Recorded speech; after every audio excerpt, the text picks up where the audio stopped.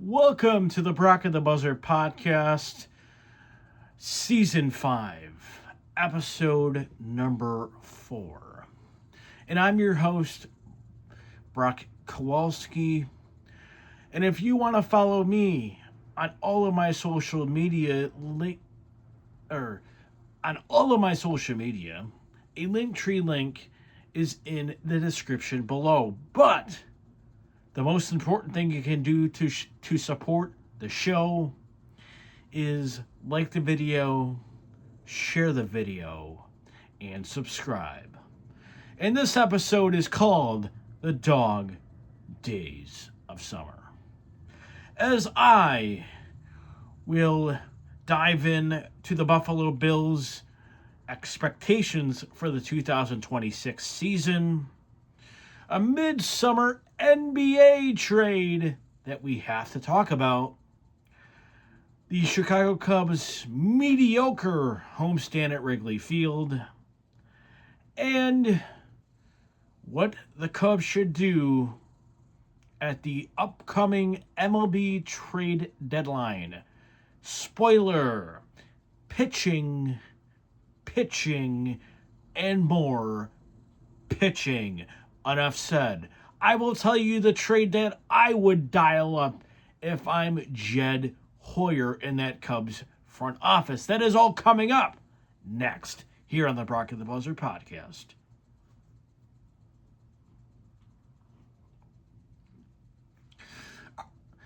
In to kick off the show, we are going to talk about the Buffalo Bills' expectations. And I've got a question for you, the viewer.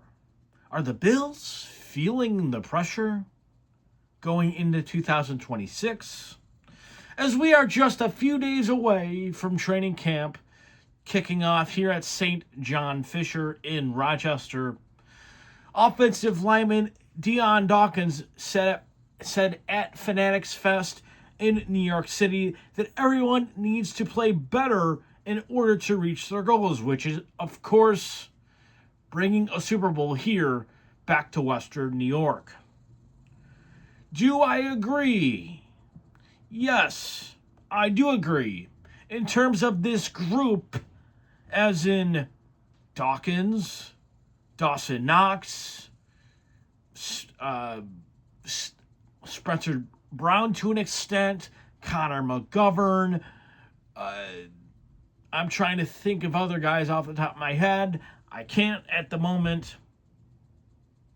But mainly the offensive side of the ball, excluding the quarterback, Josh Allen, of course, who, yes, just turned 30 years old.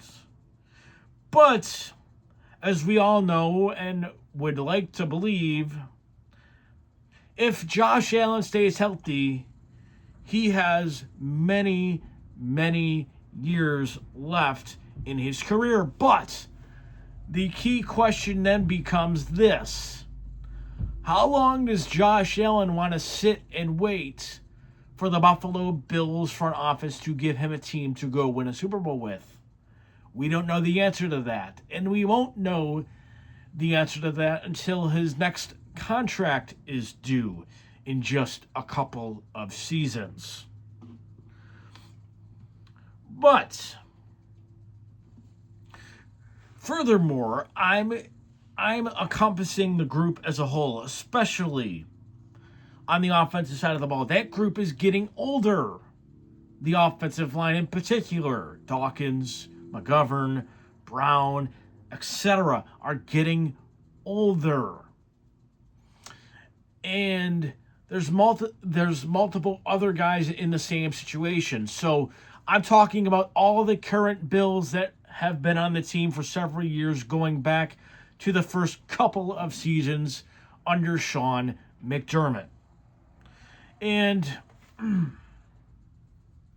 what I'm saying is I think these veteran players like Dawkins, like Knox, like Spencer Brown, just to name a few, and even Josh Allen, are getting sick and tired of falling short. Like us fans are. We are sick of this team continuously falling short when it counts. And I think Dion Dawkins said that to put a little pressure on himself and his teammates to execute and finally come through and win the big one. It is not him saying, oh, yeah, I've only got a couple of years left in the NFL. I mean, that could be true, of course, because he's an offensive lineman, and offensive linemen often wear down a lot faster. But good news is for Dawkins, he posted on his X profile recently that he is at his lightest that he's been since his rookie season in the NFL, which, again, is a great time for it because, as I said, he's getting older and he needs to lose some weight in order to maintain his athleticism, his speed, etc., which are two things that Dawkins has been known for his entire career. But with that said, I think this Bills team is their window closing. The answer to that question is simply no, because Josh Allen is the Buffalo Bills quarterback.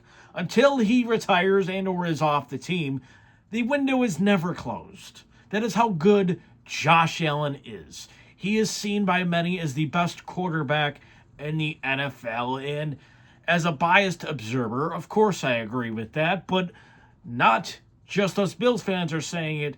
The entire national media landscape is also saying it. So again, the Buffalo Bills window will never close unless Josh Allen leaves the organization and or retires. That are the only two reasons why the Buffalo Bills window would be closed, as I keep saying. But in this stat caught my attention, so I had to put it in here. So I had to steal it from WGR 550. For those of you who do not know what WGR 550 is, it is our local radio station here in Western New York who covers the Sabres and the Bills. And they came up with the stat that basically said the majority of quarterbacks who have not won a Super Bowl win it usually in their years in between the years of 30 and 34 years of age. And a certain somebody just joined that club, and that is Josh Allen. So is he, just based on that stat, entering his prime? I don't know. I don't think so because of the way he plays the game, but we'll see. Because if he can win a Super Bowl in between those years and continue to follow that trend, I'd consider that his prime. Tom Brady's prime lasted till he was 42 years old. Okay? So I know Brady and Allen play two different styles, but you get my point. Because in the NFL, there is no real prime age for a quarterback. There's no real prime age for certain positions either. In the NFL, like the NBA prime is usually 28 to 32 years old. That's your prime in the NBA. In the MLB, it's about the same, 28 to 34 years old. That is your prime in most sports. And again, Josh Allen is in the middle of that right now at the age of 30. So if that still follows even, Josh Allen has 4 more good prime years left before he starts his decline, which could happen faster than some because of the way he plays. But again, I don't see that happening because Josh Allen has stayed healthy basically his entire NFL career. And how do I feel about Brandon Beane and Joe Brady? Are they in turbulence if the Bills don't succeed this year? I just don't see it. I just don't. And the reason for that is Brandon Beane, even though he didn't deserve it, got a promotion within the organization. And I will continue to say that he did not deserve a promotion until I see different results. I haven't seen those yet. That's why I'm saying that. If Brandon Beane is listening to the show, this is not a knock at you, sir. This is just a reality. I don't think you deserve the promotion because you haven't given us a Super Bowl, something you've expected to give us for the last 8 years, and it hasn't happened yet. Meanwhile, Joe Brady just got hired.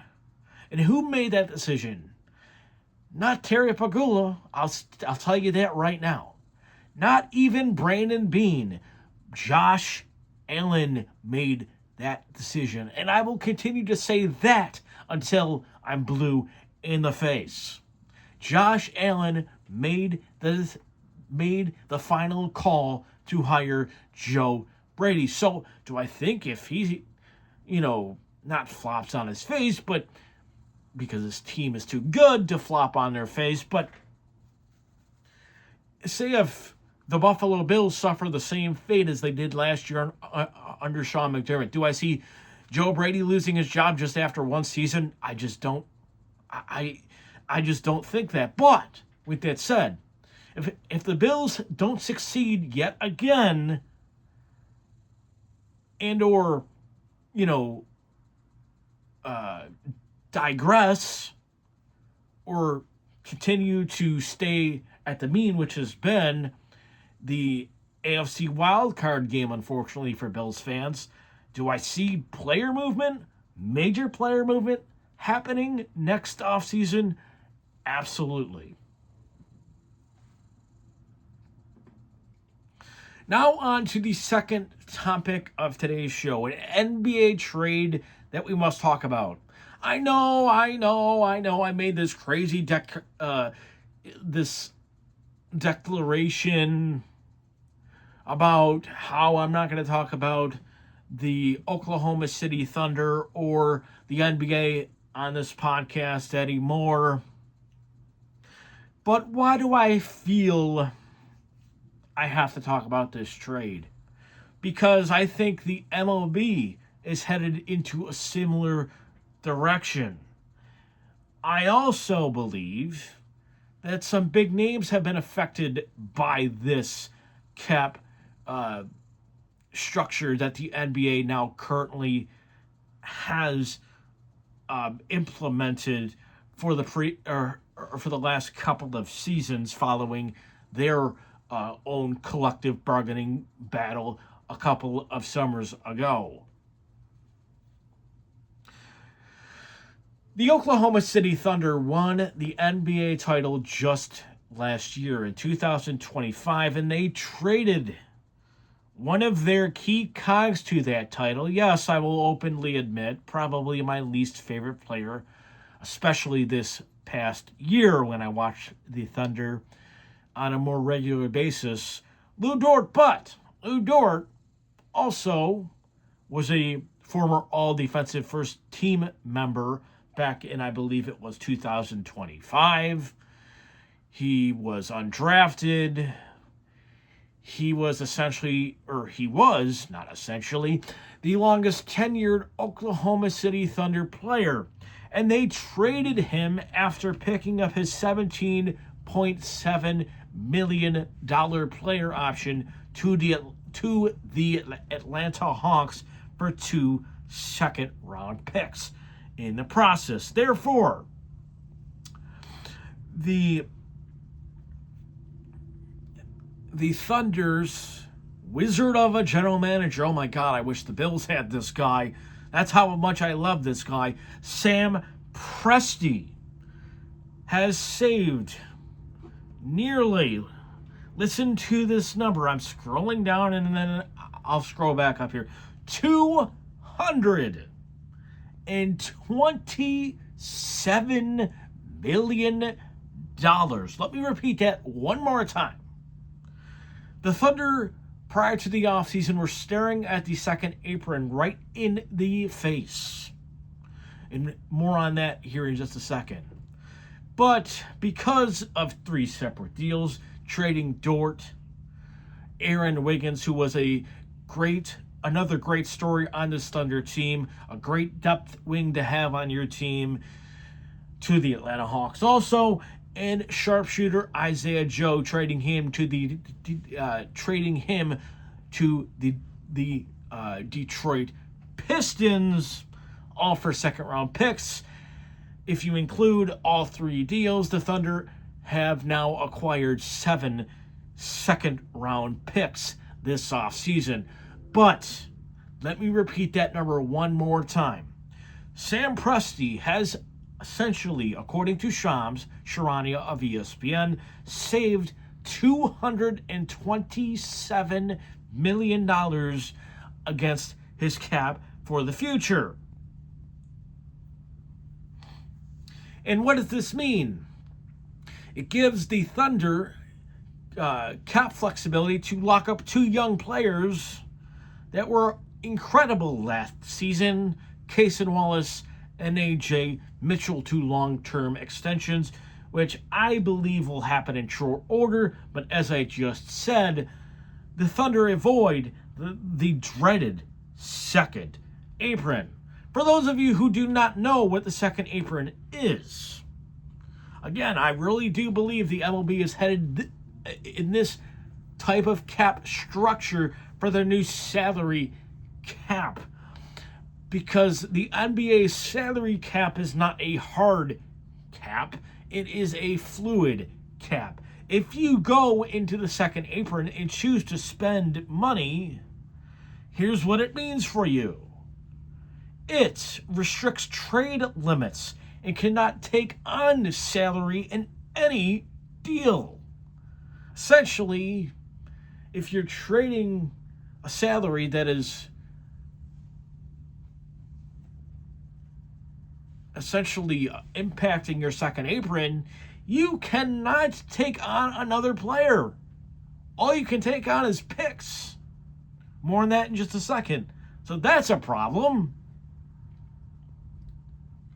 You won't be able to sign cheap free agents, etc. Or what that means is cheap free agents, which means, to me anyway, the mid-level exception deals, which I believe range from anywhere between $12 and $18 million per season. You cannot sign max contracts. You can't sign those type of guys. You can't do anything but sign minimum scale contracts, and that causes huge issues. And also having your draft picks frozen, which obviously limits your ability to make a trade for the next 7 years if you are in that second apron for more than 3 seasons. And another draft a draft penalty facing a team in the second apron is you're picking last. You're picking last. It doesn't matter what your record is. You could be the worst team in the NBA, and if you're still in the second apron, you're picking last. It does not matter. And for those of you looking for instances where this has impacted teams, let me start off by saying this. It is why the Milwaukee Bucks do not have Giannis Antetokounmpo anymore. I will say that one more time. This is why the Milwaukee Bucks do not have Giannis anymore. Because the Bucks were in the dreaded second apron for, I believe, maybe a year or 2, even when Giannis was still in town. What does that mean? That means that Giannis wasn't able to have a complete team around him, much like he did in 2021. It means that Giannis was dealt a terrible hand by Bucks general manager John Horst. And the main reason why the Bucks were there was a stupid, I know he's great, a stupid trade for Damian Lillard. And I think that's when Giannis said, I went out of here. That's when that all started. Also, this is why the Boston Celtics had to dismantle their championship team. They let guys go such as Drew Holiday, who's now in Portland, Kristaps Porzingis, who just re-signed with the Golden State Warriors, and Al Horford, who is also on the Golden State Warriors. 3 key pieces of that Boston championship team. And for those of you who think, like Brad Stevens, oh, this is why we don't have Jaylen Brown. No. If you really wanted to keep him, Brad, you would have made it work. Everybody's saying it. From Shams to Brian Windhorst to all the trusted NBA people that come across our national airwaves are saying it, Brad. You dumped Jaylen Brown because you didn't want to deal with him anymore. It's that simple. Just say it. But you won't, because it'll make you look bad. But everybody knows that's the truth, Brad. So, back to Oklahoma City. Enough about Brad Stevens, who has had one of the worst off seasons in the NBA, I must say. Trading a superstar player in his prime for a aging Paul George and 2 first-round picks. It's a pretty bad trade, but that is withstanding. Am I concerned about Oklahoma City moving forward? The answer to that is no. That is due to the fact that they still have the 2-time reigning NBA Most Valuable Player, Shai Gilgeous-Alexander, a superstar if he's healthy in Jalen Williams, and Chet Holmgren, who needs to be better in the 2026-2027 season. It's that simple. But also, the Thunder have a tremendous track record of developing young player after young player after young player after young player to make them superstars, i.e. Jalen Williams, i.e. Cason Wallace, i.e. A.J. Mitchell, i.e. I don't know. I could just keep listing names. Lou Dort, who just got traded. Isaiah Joe was a nobody when he showed up in Oklahoma City. The track record of this team and their ability to develop these players is uncanny across the league. And the Thunder need that in a small market to be good. And they've done that for the last, 5-6 years. And look, they finished first in the Western Conference 3 straight years. As the youngest team in NBA postseason history in 2020, believe it was 24, 25.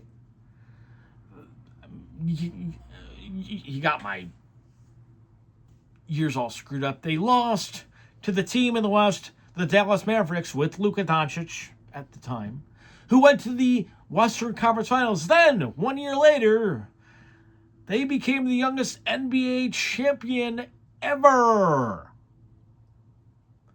Then a year after that, they made it to the Western Conference Finals with Jalen Williams playing, 20 games all season. And in that Western Conference Finals, Jalen Williams only played how many games? 1. There may be... I'm gonna say second best guard on the team, and A.J. Mitchell only playing maybe 2 games in the Western Conference Finals. And they made it all the way to the Western Conference Finals again. And I expect that to continue for the Thunder in 2026. Again, as I said earlier, this also allows the Thunder to develop their young guards, and they've got 3 very good ones, along with Alex Caruso, who is not going anywhere either, along with Isaiah Hartenstein, along with Kenrich Williams, along with Jalen Williams. J. Will, the big, is not going anywhere either. All are under contract for the foreseeable future, and at least through the 2026-27 NBA season. But the Thunder also have 3 very good very young guards to put alongside SGA. Casey Wallace, AJ Mitchell, and a guy they stole from Daryl Morey, stole for Ousmane Dieng, and 2 second-round picks. Jared McCain, a sharpshooter who was tremendous in the postseason for the Oklahoma City Thunder. And what do all 3 of those guys have in common? They're all young, and they all had better postseasons than Lou Dort. Mind you, Lou Dort is expected to get a very hefty extension from the Atlanta Hawks. I expect it to happen within the next 12 months. So, were the Thunder able to retain Lou Dort? Moving forward past this season, the answer to that question is simply no. So Sam Presti decided to pivot, get 2 more second-round picks, and save potentially $224 million against his cap, and also re-signing Isaiah Hartenstein, who has been a pillar of this Thunder team the last 2 seasons, and Kenrich Williams, who has been a Thunder staple forever. So again, Sam Presti. Again, I wish the Buffalo Bills had that guy running the organization. I don't care how much he knows about football. He knows how to manage a cap. Something that Brandon Beane doesn't know how to do. A lick.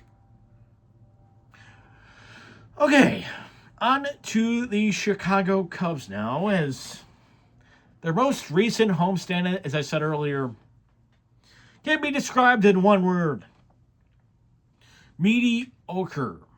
They took 2 out of 3 from the Minnesota Twins while smashing out of the park the 2016 10-year anniversary of their World Series championship.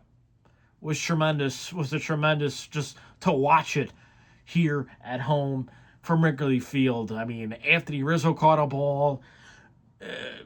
Elise Mediocre on the Marquee Sports Network did a phenomenal job interviewing several guys, including former Cubs manager David Ross, Dexter Fowler, Jason Hayward, etc., Joe Madden. They were all in attendance for that weekend of fun, and the Cubbies took care of business just as they were expected to do. Then the Tigers came to town on Monday and completely flipped the script on the Chicago Cubs, where they lost a deflating 10-inning game 8-6, destroyed the Tigers on Tuesday, winning, I believe it was like 12-2, 11-2. And then last night, the offense was pathetic. I'm just going to say it. It was pathetic. It was bad. It just was bad. And it wasn't like they were facing Tarek Skubal. They were facing Cater Montero. And that is no disrespect to Cater Montero. But it's not like the Cubs offense, who has been good all season. The numbers prove it. Yes, they've had their stretches, like last night, where they've been pathetically bad. But overall, they're one of the best offenses in the MLB, and they got cooked by Cater Montero. So 3-3 on the homestand is just flat out mediocre. It is what it is. It's 500 baseball. It's mediocre baseball. And starting tomorrow, I think they play, it's 7 on the road. Divisional opponents, Pirates and Cardinals. One of the biggest road trips of the Cubs season.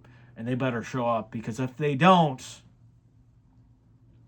that division is most likely over that fast. And then Jed Hoyer's going to say, oh, I can't go all in now because I'm not chasing a division. I don't want to hear that, Jed Hoyer, and I will talk about that here shortly. But the Chicago Cubs have a lot to prove in the next 7 days. If they could go 5-2 over that stretch, that's wonderful. 4-3 you're taking. But anything below that is a disappointment. And this offense needs to step up.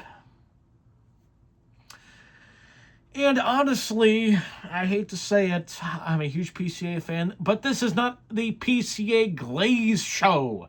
Oh my god, he's so great. Oh my god, he's so good. He's a 5'2" player. Like, I'm not one of those people. PCA, since the All-Star break, has struggled. Let's be honest. Am I as concerned about as I am about Alex Bregman? The answer is no. Why?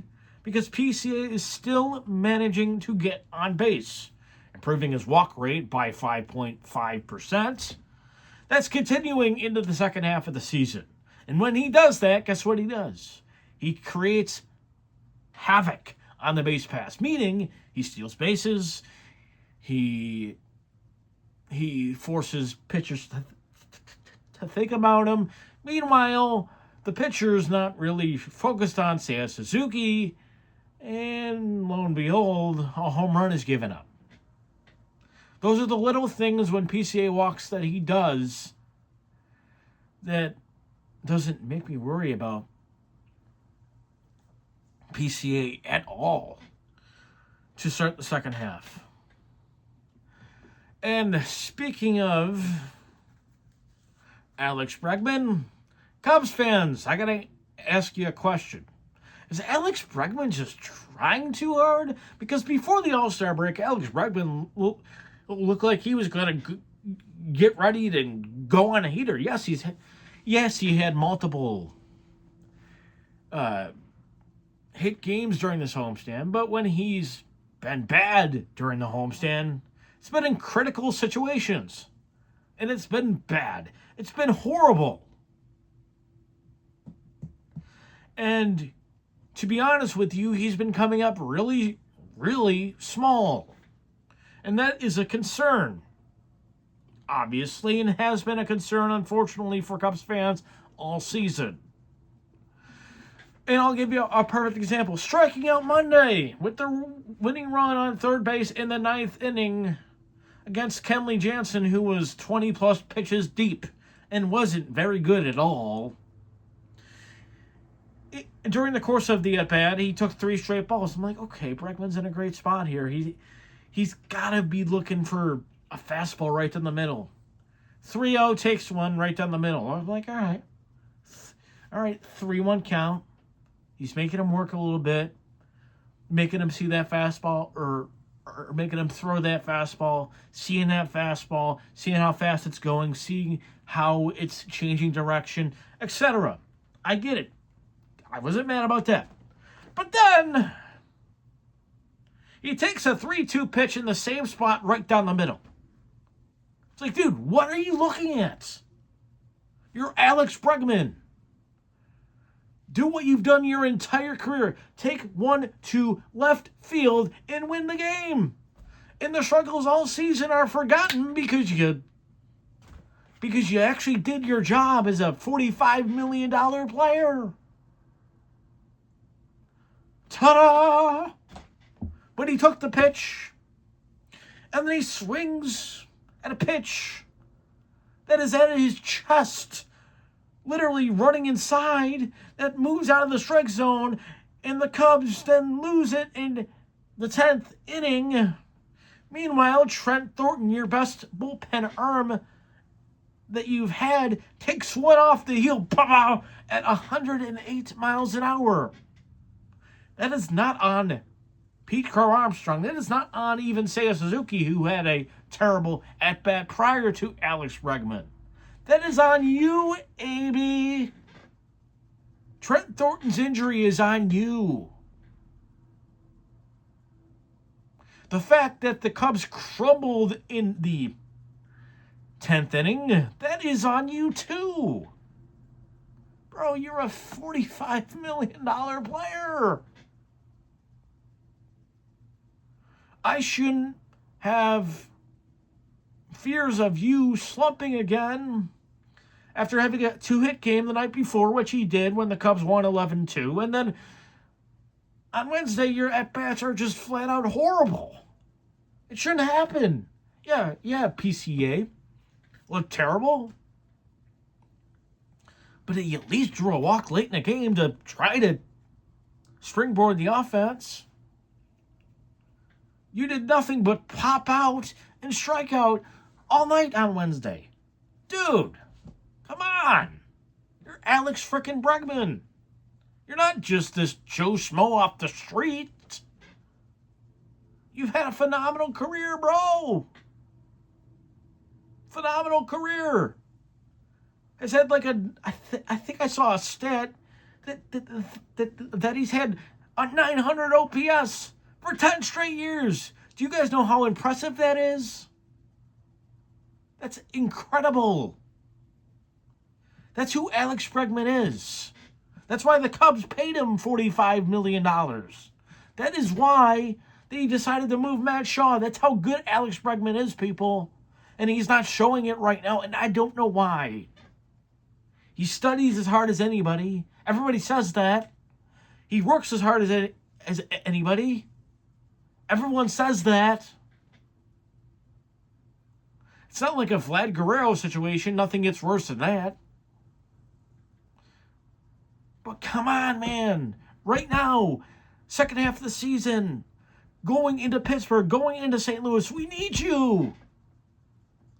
It can't be all PCA all the time. It can't be all Seiya Suzuki. It can't be Dansby. It can't be just all Nico, who was outstanding, by the way, during this homestand. I forgot to mention him. Nico Horner was outstanding. It's like he rose from the dead, and then Alex Bregman went into the grave again. We need you, Bregman. Where are you?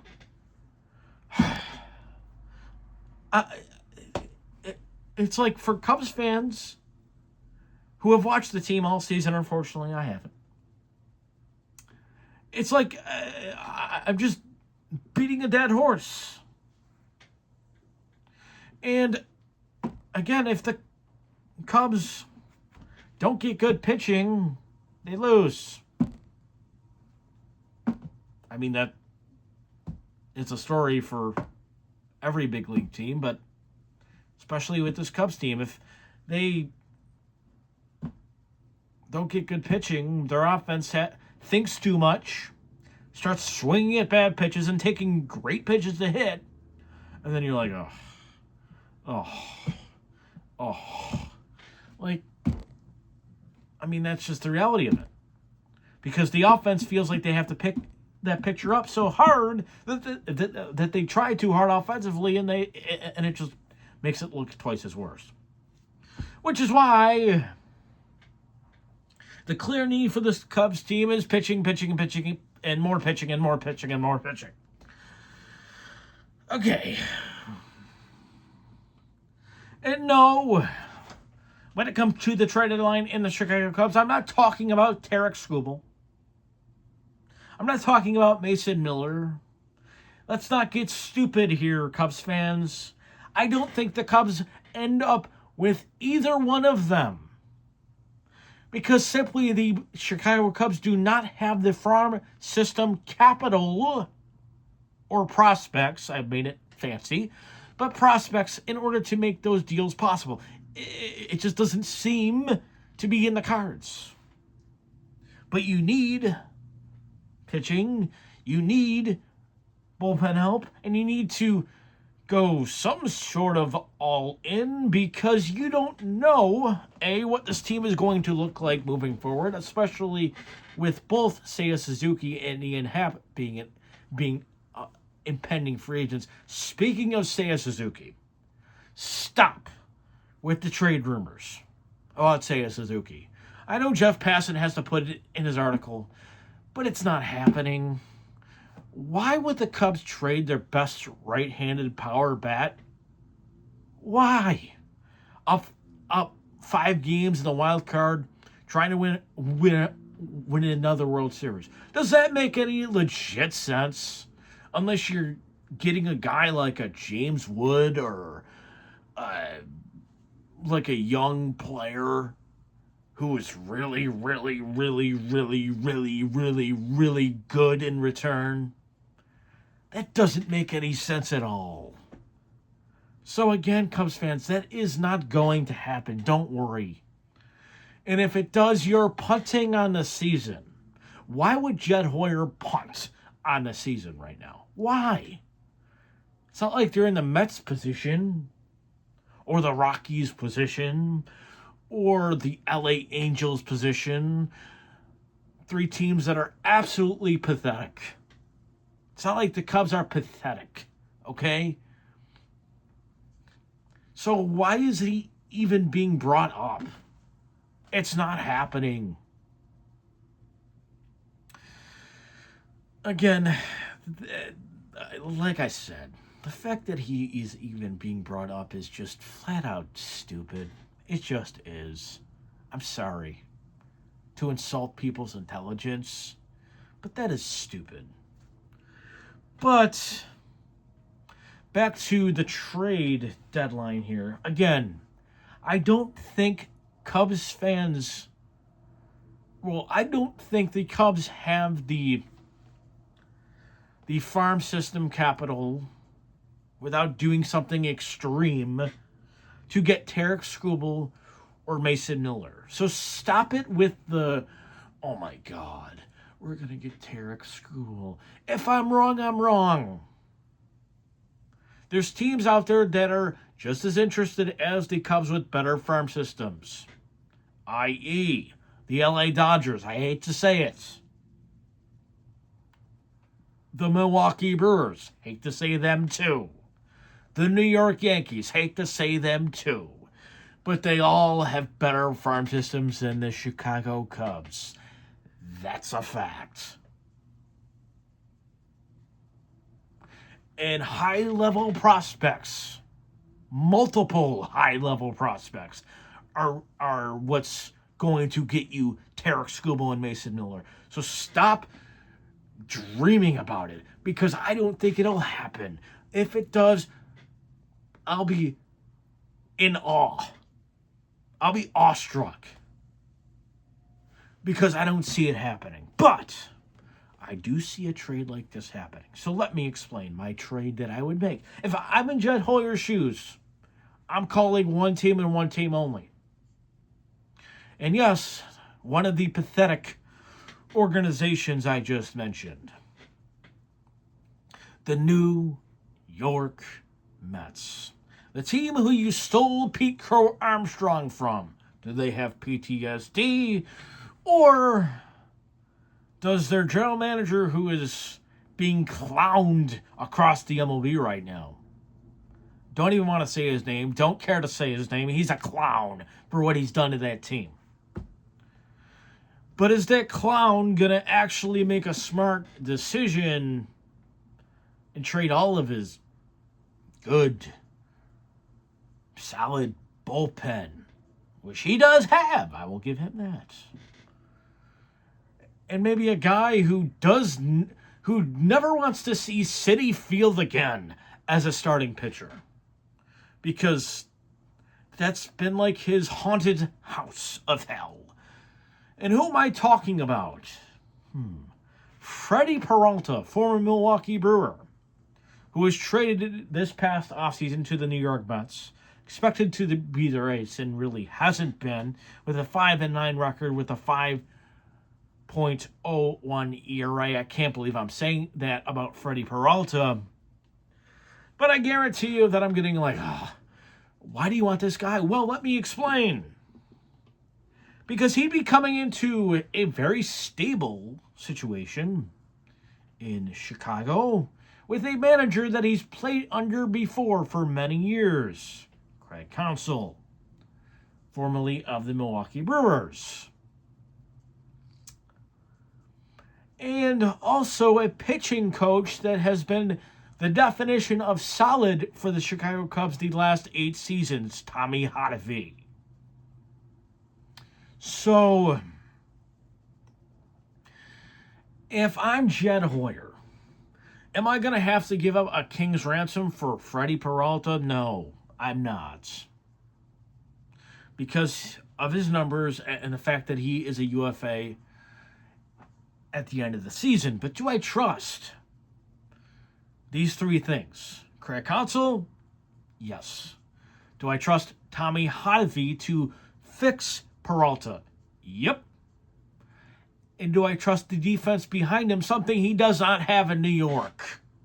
Yes, of course I do. So, with that said, if Freddie Peralta can just be a smidge like his old self, I'm not talking like prime Freddie Peralta a couple of years ago. He was unbelievable a couple of years ago in Milwaukee. Unreal. Am I acquiring him thinking that, oh, I'm going to get this gold star ace starting pitcher? No. And if he does pitch well for you, do I think you can work out a free agent contract extension with him? Of course. Absolutely. And I think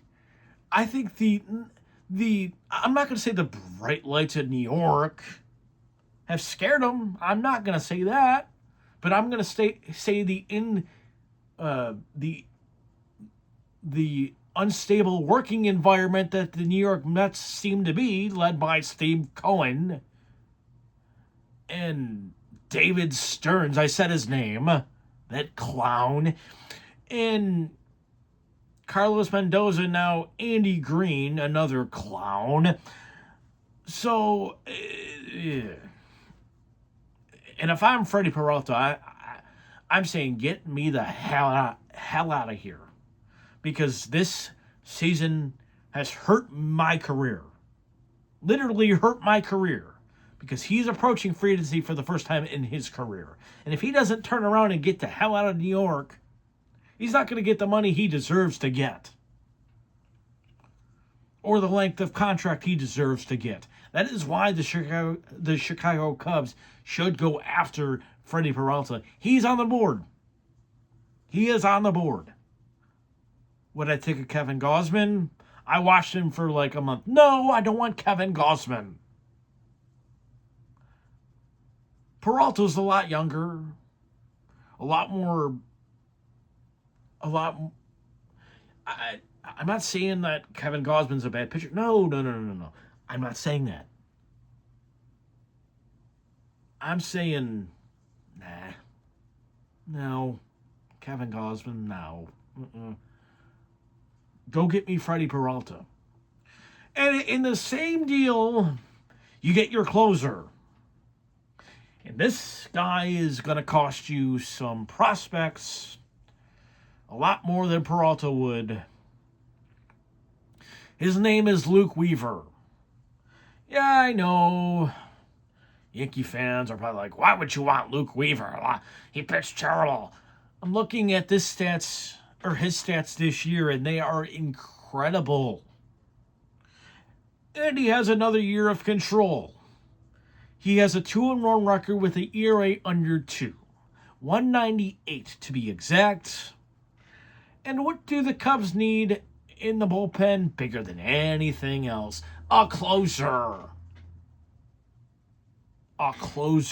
Yes, Jacob Webb has been fantastic all season. Trent Thornton has been fantastic up to this point. Hopefully he's not hurt too bad, as he took that line drive at 108 off the heel, as I stated earlier. But Luke Weaver would be the ideal fit in that Cubs bullpen. Even if Palencia comes back, say if Luke Weaver is pitching like he's been pitching, he's your closer going into October. Not Palencia, Luke Weaver is. And in my opinion, that is the Cubs going all in. It is not, going all in does not mean, oh, we're going to get Tarek Skubal. Oh my God, we're going to get Mason Miller. I just don't expect it. And if it happens, jump up and down like a 2-year-old kid and enjoy it. Enjoy it. But to expect it is like expecting you to get,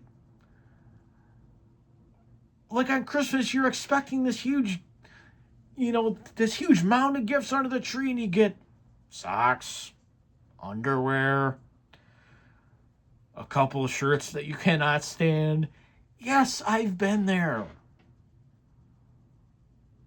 Okay, so again, lower those expectations and expect maybe somewhere in the middle. I don't think the Cubs are going to go like they did last year with Michael Soroka. What was that? Mike Soroka? Well, he did nothing for them last year because he got hurt right away, but Michael Soroka is the best you got? No. Go get me a proven ace and a proven bullpen arm. That's what the Cubs need. Not a proven ace this year, but he's proven it in his career, talking about Freddie Peralta. Why do you do this? Because of all the reasons why, what I mentioned. You don't know whether you're going to have a 2027 MLB season. You don't know. Secondly, offensive players will be needed to be paid in, depending on how the salary cap works. Maybe you can't keep both Ian Happ and Seiya Suzuki. I know what one I'd rather have. I'm not going to say that right now, but I know what one I'd rather have. But another reason for this, I truly believe that the World Series is wide open in both leagues. The American League is pathetic. I'm just going to say it, pathetic. Like, the amount of teams that are over 500, I think it's like 5. 5 teams over 500 in the American League. And it's not like they're good teams either. Okay? The Yankees can't do anything without Aaron Judge. They can't. The Rays just, in my opinion, don't, besides Aranda and Caminero, they don't have many boppers in that lineup whatsoever. And that's the same story with the Brewers. I don't think they have enough power. I don't. I just don't. They're a great team. They've got great pitching. They've got a great bullpen. But in the postseason, you need to be able to hit home runs as well. In the Brewers, maybe have one, maybe 2 guys, William Contreras and Jake Bauers, who do it on a consistent basis. Like, that's not going to win you a World Series. That's just not. Even the LA Dodgers, I think, have holes as well. I don't think... I think their bullpen is still... It still has questions because Edwin Diaz hasn't returned yet. Tanner Scott's been better. But... And...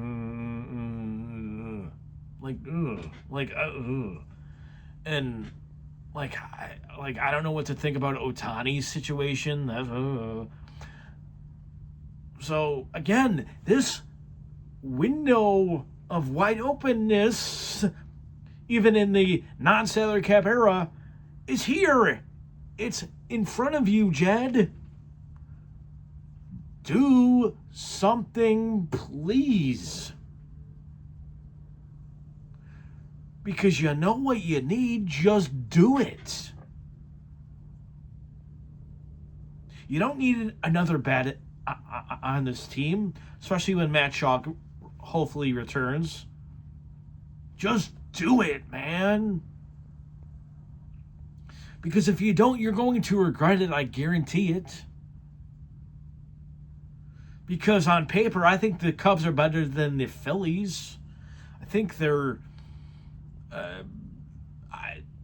I honestly think they're the 4th best team in the National League, and who knows if the Braves get their pitching that they need.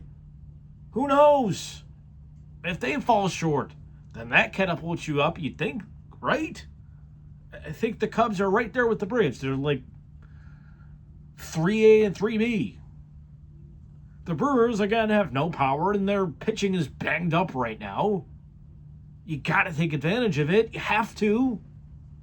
And the Dodgers, again, have bullpen questions again. And the biggest one is Otani. It just is. So again, please, Jed Hoyer, make something happen. But I just looked at my time and it's at 55 minutes. Oh, Lord. So I'm going to end it right there. Hope you all enjoyed the hour show, something that you've all been wanting. An unscripted version of the show. You just got it, for the most part. Please like the video, share the video, and subscribe. I'll see you all on the next one as I'm trying to talk fast here to end the show. And make sure to follow all of my social media links in a Linktree link down below. And I'll see you all on the next one.